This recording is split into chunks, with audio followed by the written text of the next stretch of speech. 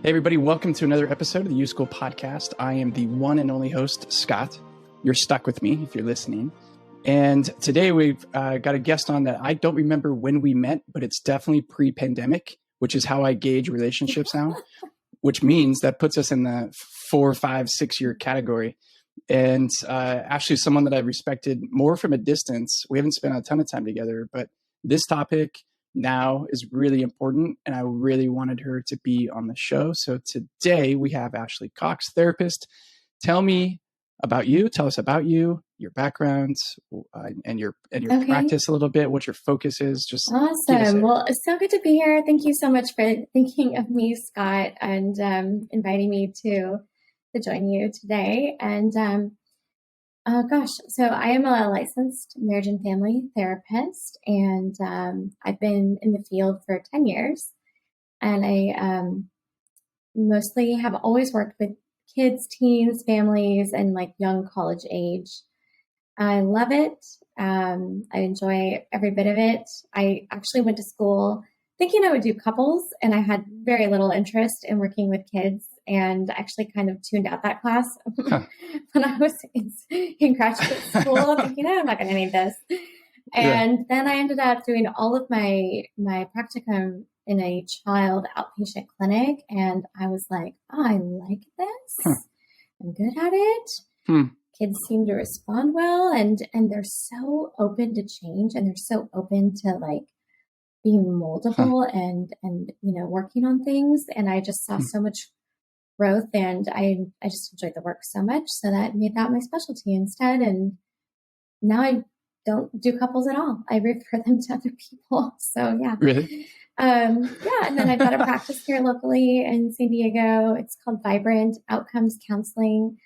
I have a nice office in Claremont, and it's been great. Cool. I was just saying this right before we started. You're in the right business at the right time. In the past 2 years, especially since pandemic, mental health is top mind for most people, especially parents and educators. And I'd say obviously that's a progression of where the culture has been going in general for many years. And I think it's been a while for me since I've heard any stigma from parents or kids about the idea of going to therapy, which is a great thing. And then finding a good therapist can be complicated, especially now. Finding someone that has availability and finding someone that you can trust. So this is a little bit of my endorsement for you. I've known families who've done therapy work with you, and the results are, the proof is in the pudding. And I wouldn't recommend somebody that doesn't, just because I like them or I think they're smart.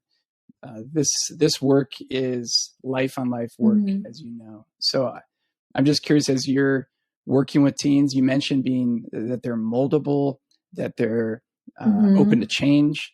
Maybe you can share a little bit your perspective now that we're 2+ years into the pandemic. What are you seeing that maybe is different or the same, just more of it? Well, right now, finding a therapist is still tricky. There was no shortage of work in my field during the pandemic. There's still wait lists. There's still difficulty, getting in to see somebody, and there's still need. We're still kind of coming out of this and recovering and navigating, and the landscape is coming back to normal, but it's not there yet. And kind of the heat of it all, I had all of these teenagers, it's like the season of life where friends and peers and socializing are actually like a part of your development. It's not just like a nice to have, it's like a need to have. Yeah. And there they are at home in front of laptops, trying to do school basically on their own, can't see their friends. And man, I was in private practice for 7 years at that point. I had never sent a child to the hospital. I had in county work, but never in private practice work. And then in the year of the pandemic, I sent 3 kids to the hospital for suicidal ideation. Wow. And it just took such a toll on them. And now 2 years of very little socialization, missing out on really key events, especially the high schoolers and the things that they were supposed to experience. And now all that's just now starting to come back. And so the need for mental health is still there. And there's still, higher rates of anxiety, higher rates of depression, some support needed for working through family conflict, and, also just reintegration back into social skills. So it's all there. I can remember the challenge of being a teenager, I guess, because I talk about it, write about it a lot. I spent a lot of time thinking about my own teenage years. And I remember this distinct shift going to middle school, where in elementary school, I really felt confident, liked, had a group of friends. And then all of a sudden in middle school, it seemed like the game had changed and I didn't get the rule book. Like all of a sudden, the kids I was friends with weren't kind, mean. I wasn't wearing the right thing, and you get called out for that. So it just felt like constantly on guard. And I guess I present that because I'm curious your perspective. Kids these days have missed out on a lot of that socialization that you're talking about. That's so necessary. But I also look at it with a touch of gratitude. I think being a dad who's had two kids go through middle school through the pandemic. I remember joking, like, dude, they're so lucky you get to skip some of that stuff. I'm just curious, is there any bright spot on that? I think middle school is a rough time, and you also have been like kind of, if you stay with the same cohort, you go, all the way through. And middle school is such a time of kind of some awkwardness and developing social skills, developing physically, hormones are kicking in, lots of mood changes, and trying to figure out who's loyal, who's not, what's cool, what's not.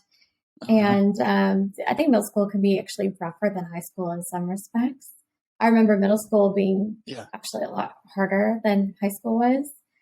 And it's a little bit more like microscopic in a way. Like it's a smaller group of kids, so there's a little more focus on what you're doing from other people. And I think high school people are less interested.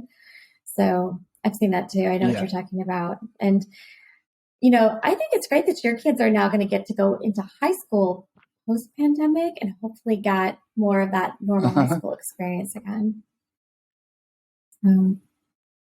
The main question, it seems, that kids are asking themselves, and it's not a question that they articulate.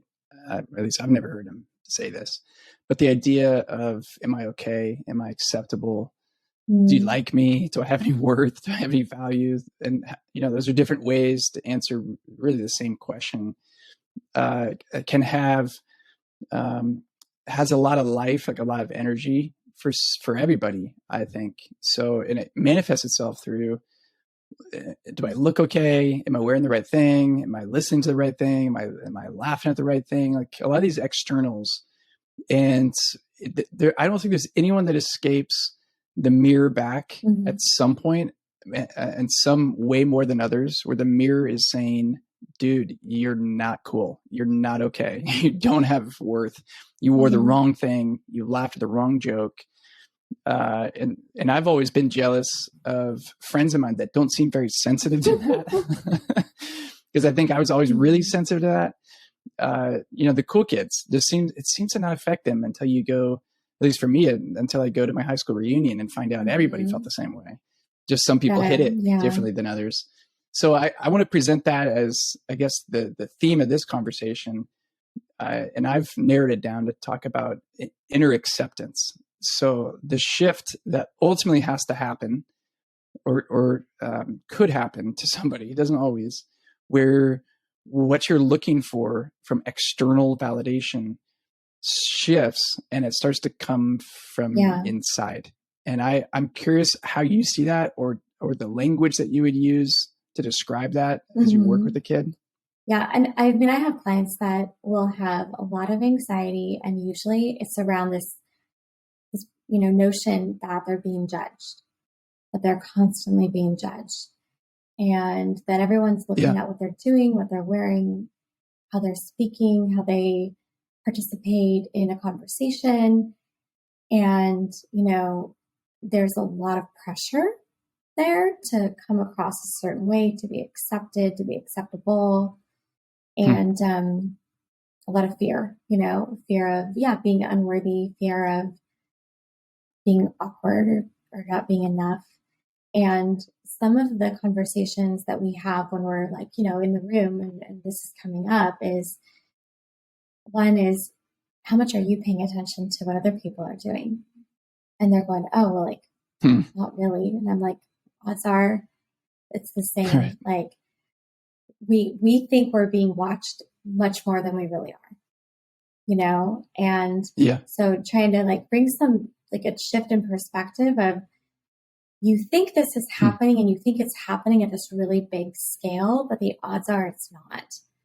It's not happening at that large of a scale. People are not that interested in what you just, said for a split second or what you wore that day. And, it's probably not as bad as your brain is making it out to be. And so take some comfort in that. And like, hey, like, do you remember what that person wore yesterday? Well, no. Do you remember what they said in that conversation? Well, no. Okay, well, it's probably the same. And other people are probably having the same insecurities. Like you mentioned, like they're probably evaluating themselves and going, oh my gosh, did I just mess that up? Or did I come on too strong? Like we're all evaluating ourselves more than we ought to. And we're assuming that other people are doing the same, and they're probably not. So that's part of the conversation that comes up. Yeah, that reminds me, there was years ago, I was working with this group of ASB students, and typically, obviously, those are the more popular kids, or at least outgoing, more extroverted, social students. And more extroverted. And we were having this conversation around failure. Like, I asked them this question: what is your experience, or what's your thought on failure, to a bunch of these students?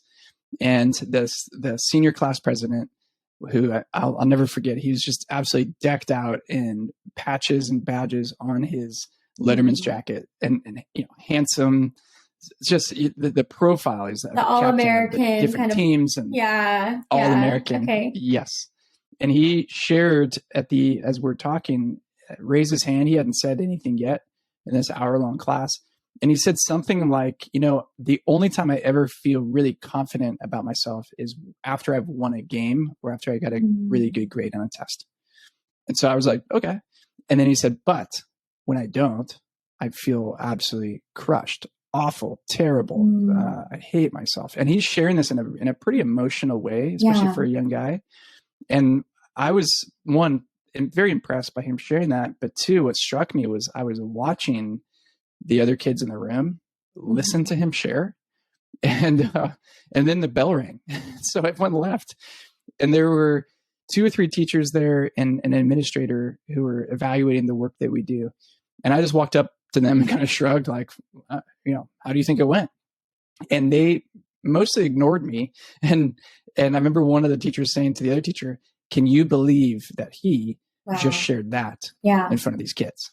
And the other teacher said, yeah, that's a game changer. Like, he is the most confident. He is the role model for everybody. And if that's what he's dealing with, I mean, what grace to offer to the students. And that's the only experience I had with these kids was that. And I was like, that's amazing. But it's like this upside down world. Yeah.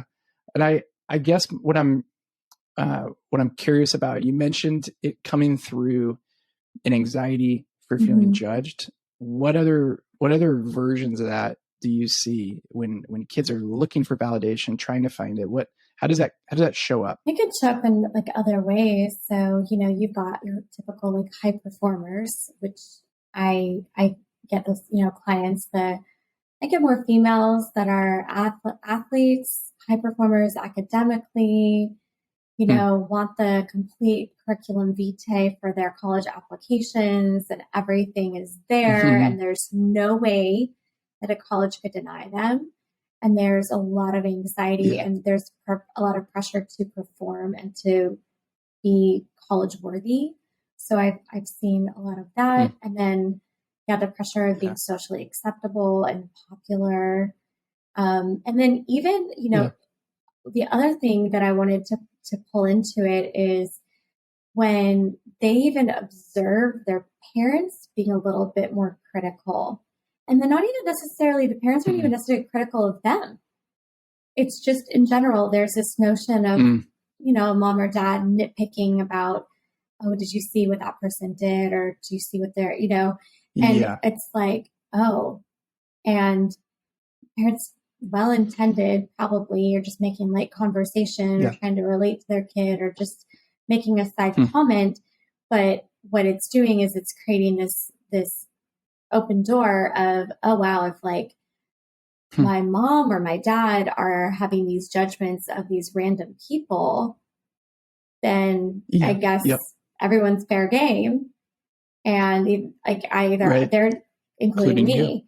You. And I've seen that too, where inadvertently parents are being more just, vocal. And again, I don't think there's any intention behind it, but it just creates a little bit of like this, oh, well, if that's kind of how my parents are, then like, it's fair game. Like anyone's going to sit back and judge. Yeah. And I've seen that too. That's a good, as you're saying that, I'm imagining this kind of fill in the blank Mad Libs exercise.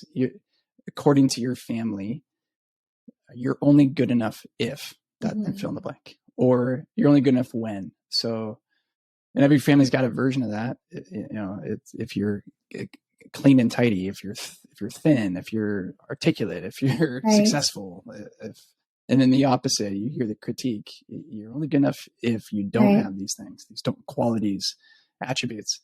And you're right. You pick that up over time. So you're fitting into that mold. Some kids can do it. I was pretty good at it. The imposter, playing a role. But some kids can't. Some people just can't. They try and they just can't help themselves by being themselves, which is such a beautiful, ironic tragedy there. And I want to ask you, and maybe this is a little bit of trying to give some free therapy, but I think it sets up my question. Last night I was up in the middle of the night, and this hasn't happened to me in a long time. So it felt old. It felt like, oh man, here we are again. And I couldn't sleep. And what was going through, there's like these old tapes of, you're not good enough. You didn't get back to that person. He's probably upset with you. She thinks you're whatever. And it just was like on repeat, which is the reason it feels old. That feels like my teenage years, and almost not really been able to stop it. So I guess my therapy question is, because I've talked to students who wrestle with that same sense of feeling overwhelmed, and they can't break that cycle. What can you do on a practical level when you're stuck in this little shame loop, shame cycle? What are some techniques or tips? Yeah, that's a great question. So there's a narrative, right? Like there's a narrative playing in your mind. Usually the narrative is coming from an assumption. And it's hard to always pinpoint what that assumption is.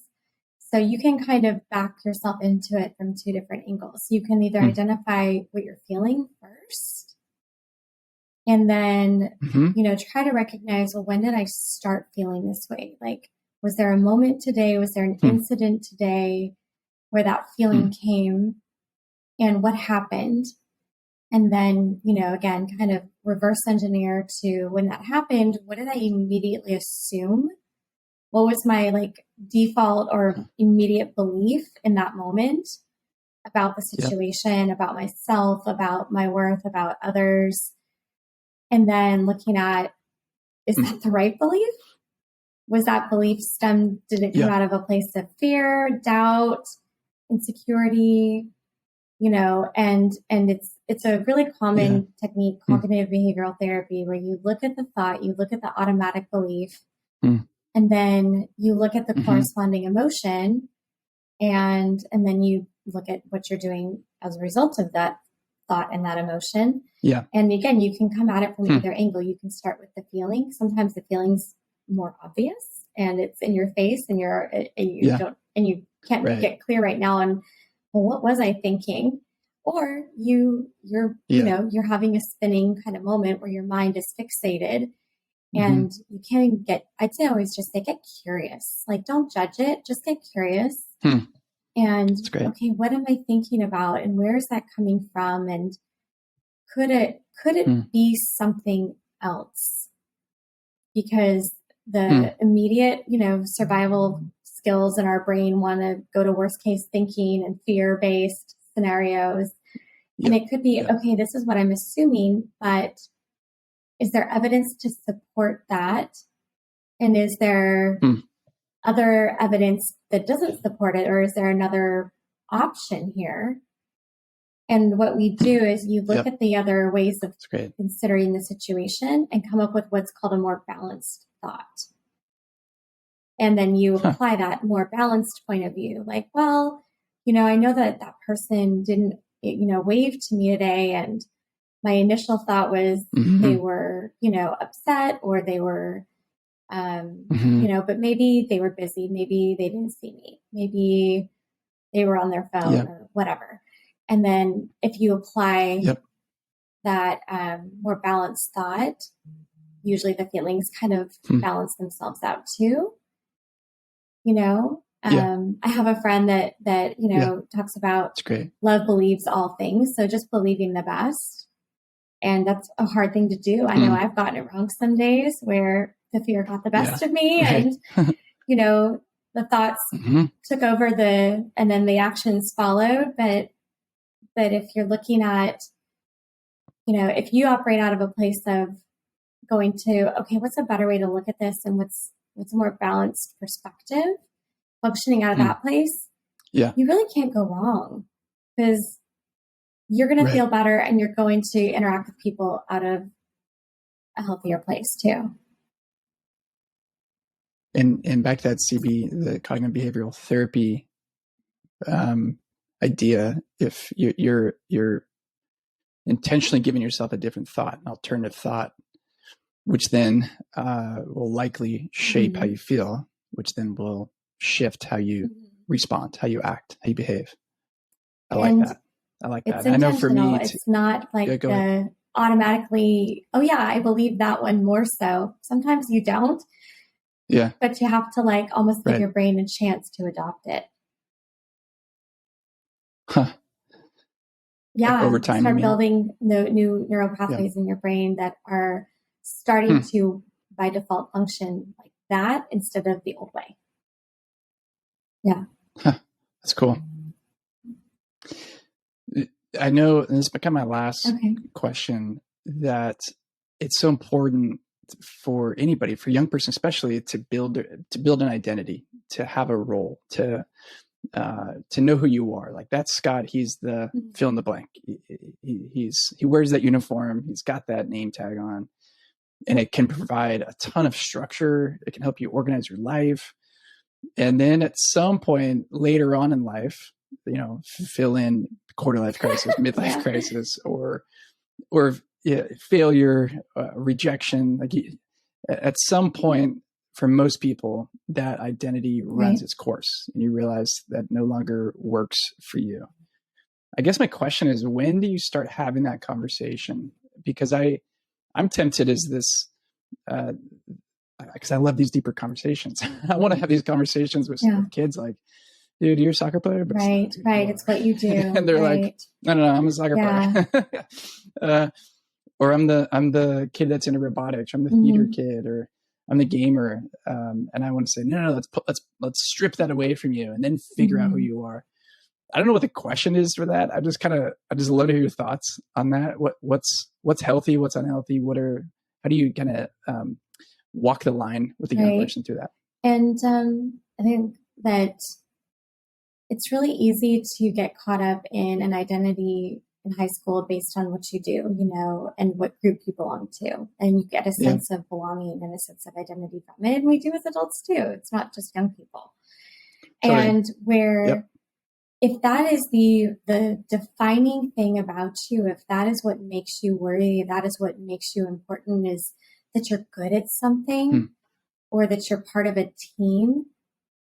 It's uncanny how often, not always, but those things eventually get stripped away, either because you grow out of it, it's a new season, you get injured, something like that happens. And suddenly, you're going to be shaken to the core if that was what made you important, if that was what made you worthy, and then that thing gets pulled away and stripped away.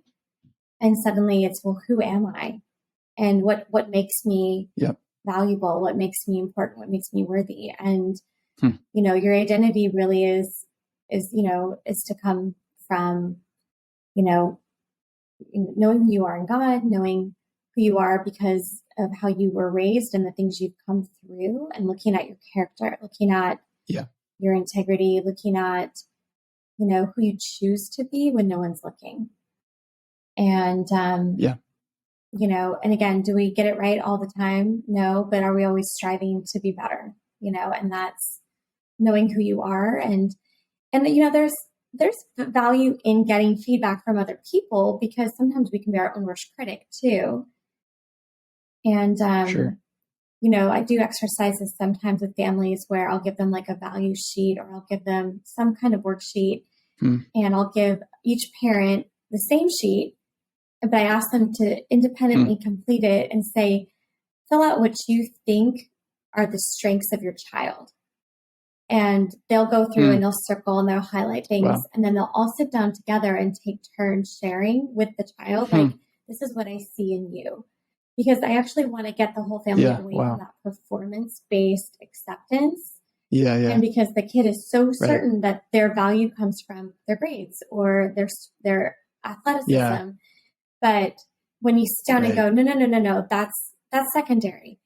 I want you guys to sit down with this child and let them know who they are because of the values and the integrity of the character they have and what you see in them, and start to build that inside of them, and as a family, it's a really exciting and worthy conversation to have. Yeah. Oh my gosh. And imagine how many movies we've watched over the years where the adult is still trying to figure that out from their parents who are dying or dead. And how many friends we have that are searching for that. That's beautiful. Practically, that's an amazing exercise. So if you're a parent and a teacher too, that's such a great takeaway from what you're sharing. And also, I think the warning of beware what you criticize out loud, and on the flip side, pay attention to what you praise and what gets honored or what you bless. Is it just externals, or can I develop a deeper vocabulary for the things I see in my kids and speak those to them, say those things to them, and that has a way. I know for me, I'm like, they're not there yet. So I feel a little hesitant to saying, you add so much to the family. I'm like, actually, you take a lot. But when you do see them giving something, and it can even be on a, smaller scale, just highlighting that. And again, it's not always just, did they do what you asked, or did they get a good grade, or what have you? Yeah. But when you see them being somebody that you like. And the other thing about that is when you do praise, be specific instead of just good job, buddy, or wow, that was great. Like, I love how you did X, Y, Z. Like, I like how when you, respond to somebody who's sad, you do these things, like calling out the specifics that they're doing, especially when it's their character, when it's their personality, and wanting to show them that you see it and you see what they're doing. That's making them a better person overall. Love it. Ashley, thank you. And lastly, how do people get in touch with you? How do they find you? I'm sure you're on the internet. I just started, as you guys know, with my group, but you can find me. It's vibrantoutcomescounseling.com. And I'm on Instagram, vibrant.outcomes.counseling. And my website is on Instagram too. So you can follow the link to that. And there's a way to check me out on there and fill out a interest form, and reach out to me that way, and love to hear from everybody.